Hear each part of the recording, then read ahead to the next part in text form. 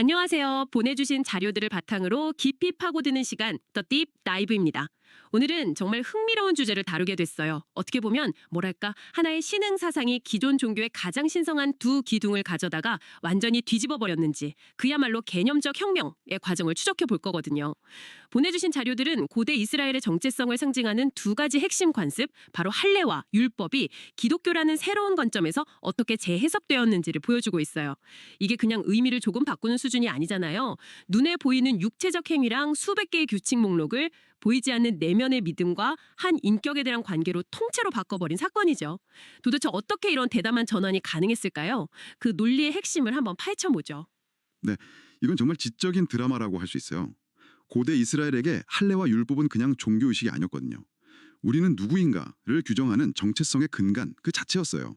그런데 보내주신 자료의 핵심 주장은 이 모든 외적인 상징들이 사실은 내적인 마음의 상태, 그러니까 하나님을 향한 태도를 가리키는 손가락에 불과했다는 거예요. 그리고 예수라는 인물이 나타나면서 사람들이 더 이상 손가락이 아니라 손가락에 가리키는 달을 직접 보게 되었다, 이렇게 주장하는 거죠. 외적인 행위에서 내적인 마음으로 그 거대한 전환이 어떻게 일어나는지 함께 따라가 보시죠. 좋습니다. 그럼 그 첫 번째 기동, 할례부터 시작해 볼게요. 자료를 보면 할례는 아브라함 시대까지 거슬러 올라가는 아주 오래된 전통이에요. 하나님의 백성이라는 것을 몸에 새기는 지워지지 않는 물리적인 표시였죠. 이스라엘 남성이라면 반드시 받아야 하는 소속감을 나타내는 가장 확실한 증표였고요. 그런데 자료는 곧바로 진정한 할례라는 훨씬 더 추상적인 개념을 제시해요. 이건 그냥 몸에 새기는 표 이상의 의미 같은데 대체 진정한 할례가 뭘 의미하는 건가요? 바로 그 지점에서 이 개념적 혁명의 첫 번째 폭발이 일어나는 거예요. 자료는 남성의 양피를 베어내는 그 물리적인 행위를 마음의 가죽을 베어낸다는 아주 강력한 영적 은유로 바꿔버려요. 물론 문자 그대로 심장을 어떻게 한다는 뜻은 아니고요. 이건 내면의 근본적인 변화를 요구하는 상징인 거죠. 잠깐만요. 마음의 가죽을 벤다니 듣기만 해도 표현이 굉장히 폭력적이고 강렬하게 들리는데요. 청중에게 충격을 줘서 이 내적 변화가 얼마나 심각하고 중요한지 깨닫게 하려는 의도였을까요? 와, 정확한 지적이세요. 그 강렬함이 바로 핵심이에요. 이건 그냥 착한 마음을 먹자 정도의 온화한 이야기가 아니라는 거죠. 자료에 따르면 이 마음의 할례는 몇 가지 구체적인 의미를 담고 있어요. 첫째는 인간의 교만이라는 가장 두꺼운 가죽을 잘라내는 거예요. 내 힘, 내 지혜, 내 노력으로 구원받을 수 있다는 생각을 완전히 포기하는 거죠. 둘째는 그 교만을 버린 자리에 진심으로 뉘우치는 회개의 마음을 채우는 것이고요. 그러니까 자기 자신에 대한 기대를 완전히 끊어내는 거의 자기 부정에 가까운 과정이네요. 그렇죠. 그리고 이 두 가지, 즉 겸손과 회개를 통해 마음이 부드러워졌을 때 비로소 하나님의 말씀을 받아들일 준비가 된 상태, 즉 마음밭이 기경된 상태가 된다고 설명해요. 그리고 이 모든 내면의 준비가 향하는 최종 목적지는 바로 예수를 구세주로 받아들이는 것이라고 자료는 결론 내려요. 결국 외적인 표식이 아니라 이런 고통스러울 정도의 내적인 태도 변화야말로 하나님이 원래 원하셨던 진정한 할례의 본질이라는 주장인 거죠. 여기서 정말 흥미로운 지점이 보이네요. 만약 정체성의 기준이 물리적인 할례에서 이런 내적인 마음의 상태로 옮겨간다면 이건 단순히 신학적인 변화를 넘어서는 거잖아요. 이건 신앙의 민주화라고도 볼 수 있지 않을까요? 갑자기 당신의 영적 지위가 혈통이나 특정 의식을 행할 수 있는지 여부가 아니라 누구에게나 어디에서나 가능한 내적인 결단에 의해 결정되는 거니까요. 이건 당시 사회 구조를 흔드는 정말 급진적인 변화였겠어요. 바로 그겁니다. 그게 이 재해석이 가진 폭발력이에요. 이전까지 선택받은 백성이라는 개념은 혈통과 민족의 경계 안에 강하게 묶여 있었거든요. 하지만 마음의 할례라는 개념은 그 모든 경계를 무너뜨리죠. 남자든 여자든 유대인이든 이방인이든 누구든지 교만을 버리고 회개하면 하나님의 참된 백성이 될 수 있는 길이 열린 거예요. 소속의 기준이 혈통에서 신앙으로 완전히 이동한 거죠. 자료의 논리 안에서는 물리적 할례를 아무리 많이 받았어도 마음의 가죽을 베어내지 않았다면 그는 이방인과 다를 바 없고, 반대로 물리적 할례를 받지 않았어도 마음으로 회개하고 예수를 믿는다면 그는 가장 핵심적인 아브라함의 자손이 되는 셈이에요. 와, 정체성의 기준이 외부에서 내부로 완전히 이동했다는 말이 이제야 실감나게 다가오네요. 이건 그야말로 패러다임의 전환이군요. 네, 첫 번째 기둥이 이렇게 또 내면의 영역으로 옮겨갔어요. 그럼 자연스럽게 다음 질문이 나오죠. 그렇다면 그렇게 새롭게 정체성을 얻은 사람들은 어떻게 살아야 하는가? 바로 여기서 두 번째 기둥인 율법의 문제가 등장하는 거예요. 그렇죠. 할례가 누가 소속되는가의 문제였다면 율법은 그 소속된 사람들은 어떻게 행동해야 하는가에 대한 지침이었으니까요. 자료에서는 이 수많은 율법 조항들의 핵심을 아주 단순하게 요약하더라고요. 하나님 사랑과 이웃 사랑, 이 두 가지를 합쳐서 그냥 사랑이라고요.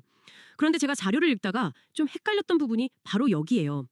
자료는 예수가 율법을 온전히 이루었다 혹은 완성했다고 말해요. 처음에는 율법을 하나도 빠짐없이 완벽하게 지켰구나라고 생각했는데 텍스트는 그보다 훨씬 더 큰 의미를 담고 있는 것 같더라고요. 대체 율법을 완성했다는 게 무슨 뜻인가요? 아주 좋은 질문이에요. 많은 사람들이 바로 그 지점에서 혼란을 겪거든요.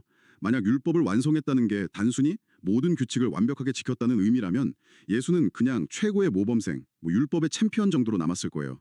하지만 자료가 말하는 건 그게 아니에요. 여기서 논리가 한 단계 더 도약하는데요. 예수가 단순히 율법의 조항들을 따른 게 아니라 율법이 궁극적으로 의도했던 정신, 즉 사랑 그 자체를 자신의 삶과 죽음을 통해 완벽하게 구현해낸 인물이라는 전제를 깔고 있어요. 그러니까 율법이라는 레시피를 그대로 따른 게 아니라 그 레시피가 만들고자 했던 최고의 요리 그 자체가 되었다는 의미군요. 와, 완벽한 비유예요. 그렇기 때문에 이제 율법의 정신인 사랑을 실천하는 유일한 길은 수백 개의 레시피 조항들을 하나하나 따라하려고 애쓰는 게 아니라는 거예요. 대신 그 완성된 요리인 예수를 맛보고 받아들이고 그와 하나가 되는 것이라고 주장하는 거죠.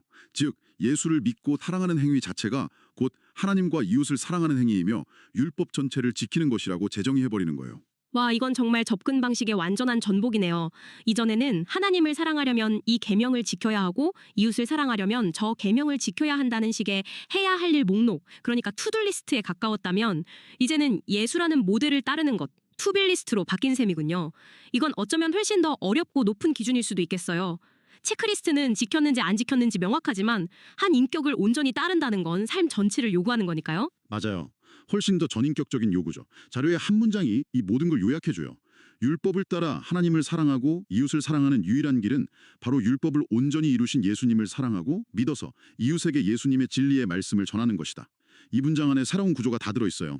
첫째, 예수를 믿는 믿음이 율법 준수의 새로운 형태가 되어 둘째, 그 믿음을 다른 사람에게 전하는 것이 이웃사랑의 가장 중요한 실천이 되고요. 율법의 문자를 지키는 것에서 율법의 정신을 구현한 인물을 따르는 것으로 순종의 대상이 규범에서 인격으로 바뀐 거죠. 정말 대단한 전환이네요. 첫 번째 기둥인 할례가 육체에서 마음으로 옮겨갔듯이 두 번째 기둥인 율법 준수도 규칙 목록에서 예수라는 한 인격으로 옮겨가는군요. 그렇죠. 그래서 이 자료의 관점에서 예수는 율법의 끝이 아니라 율법의 목표이자 완성인 거예요. 그래서 예수를 통하지 않고서는 율법이 본래 의도했던 사랑을 온전히 실천할 수 없다고 보는 거고요. 자, 그럼 지금까지의 논의를 한번 종합해보죠. 첫째, 진정한 할례는 교만을 버리고 회개하는 내면의 변화다. 둘째, 율법의 완성은 규칙 준수가 아니라 예수라는 인격을 믿고 따름으로써 이루어진다. 이 두 가지 혁명적인 재해석을 받아들인다면 이제 남은 질문은 이것 같아요. 그래서 구체적으로 어떻게 살라는 걸까요? 이 새로운 정체성과 새로운 삶의 방식을 가진 사람들의 사명은 무엇이라고 자료는 제시하나요? 자료는 하나님의 참된 백성이 되는 길과 그 사명을 아주 명확한 단계로 제시하고 있어요. 첫 번째 단계는 당연히 앞서 이야기한 마음의 할례예요. 자료의 표현을 그대로 빌리면 겸손하게 교만한 마음 가죽을 베어 회개하는 것. 이것이 모든 것의 출발점이죠. 자기 부인 없이는 시작조차 할 수 없다는 거예요. 내면의 준비가 가장 먼저군요. 네. 그리고 두 번째 단계는 그렇게 준비된 마음에 예수님을 구세주로 영접하는 거예요. 그냥 위대한 스승이나 역사적 인물로 아는 것을 넘어서 나의 구원자로 인격적으로 받아들이는 거죠. 세 번째 단계는 믿음의 내용을 구체화하는 건데 하나님을 사랑하듯 예수님이 전하신 진리의 말씀을 믿고 영접하는 거예요. 즉 예수라는 인물과 그의 가르침을 내 삶의 진리로 온전히 받아들이는 단계죠. 회개, 영접, 그리고 믿음. 이 세 단계가 내적인 변화의 핵심이라는 거군요. 그럼 이 내적인 변화가 어떤 외적인 행동, 즉 사명으로 이어지는 건가요? 개인의 구원으로 끝나지 않는다는 거겠죠? 그럼요. 자료는 이 믿음이 결코 개인의 내면에만 머무르지 않는다고 아주 강하게 강조해요. 이 내적 변화는 필연적으로 외적인 사명으로 터져나오게 되어 있다는 거죠. 그 사명은 크게 두 갈래로 나뉘어요. 첫째는 예수가 전한 그 복음, 즉 진리의 말씀을 온 세상에 전파하는 것이고 둘째는 그 말씀을 삶으로 살아나면서 이웃사랑을 실천하는 거예요. 결국 다시 처음의 핵심이었던 사랑으로 돌아오네요. 하나님에 대한 사랑이 예수를 믿는 것으로 표현되고 이웃에 대한 사랑이 그 복음을 전하고 삶으로 실천하는 것으로 표현되는 구조군요. 맞습니다. 그런데 자료는 이 사명을 실천하는 태도에 대해 그냥 열심히 하라고 말하지 않아요. 굉장히 극단적이고 도전적인 표현을 사용하죠. 자기 십자가를 지고 죽기까지 복종하여 하나님과 이웃사랑을 실천해야 한다고요. 자기 십자가를 진다는 표현이 또 나오네요.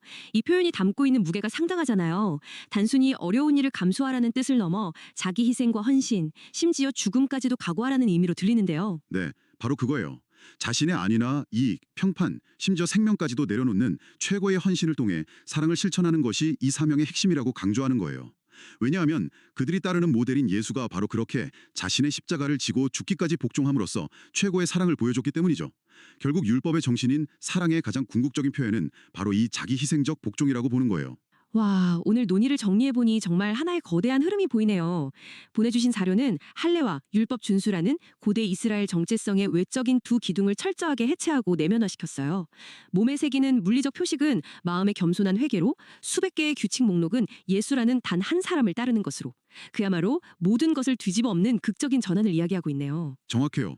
이 자료의 핵심 주장을 한 문장으로 다시 정리하자면 할례와 율법이라는 두 관습의 본래 의도는 껍데기 같은 외적 행위가 아니라 하나님을 향한 마음의 태도, 즉 겸손, 회개, 그리고 사랑이라는 알맹이였다는 거예요. 그리고 그 본래의 정신과 의도가 기독교 신앙, 특히 예수를 믿고 따르는 자기 희생적인 삶 안에서 가장 완전하고 궁극적인 형태로 표현된다고 결론 내리는 거죠.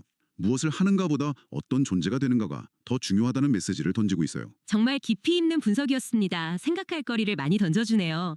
오늘 이 논의를 마무리하면서 청취자 여러분께 이 아이디어에서 파생된 질문 하나를 남겨드리고 싶어요. 이 텍스트는 율법이라는 외적인 법의 문자 이면에 있는 정신, 즉 사랑을 찾아내는 데 집중하잖아요. 규칙 그 자체보다 규칙이 만들어진 이유와 목적, 그 정신이 더 중요하다는 것이죠. 자, 그렇다면 이 원칙, 즉 규칙의 문자에 갇히지 않고 그 정신을 파고드는 이 원칙을 종교적인 맥락을 완전히 벗어나 우리 삶의 다른 영역에 적용해보면 어떨까요? 예를 들어 직장의 수많은 규정들, 우리 사회의 법, 심지어 우리가 스스로 만든 새해 목표 같은 삶의 원칙들까지요.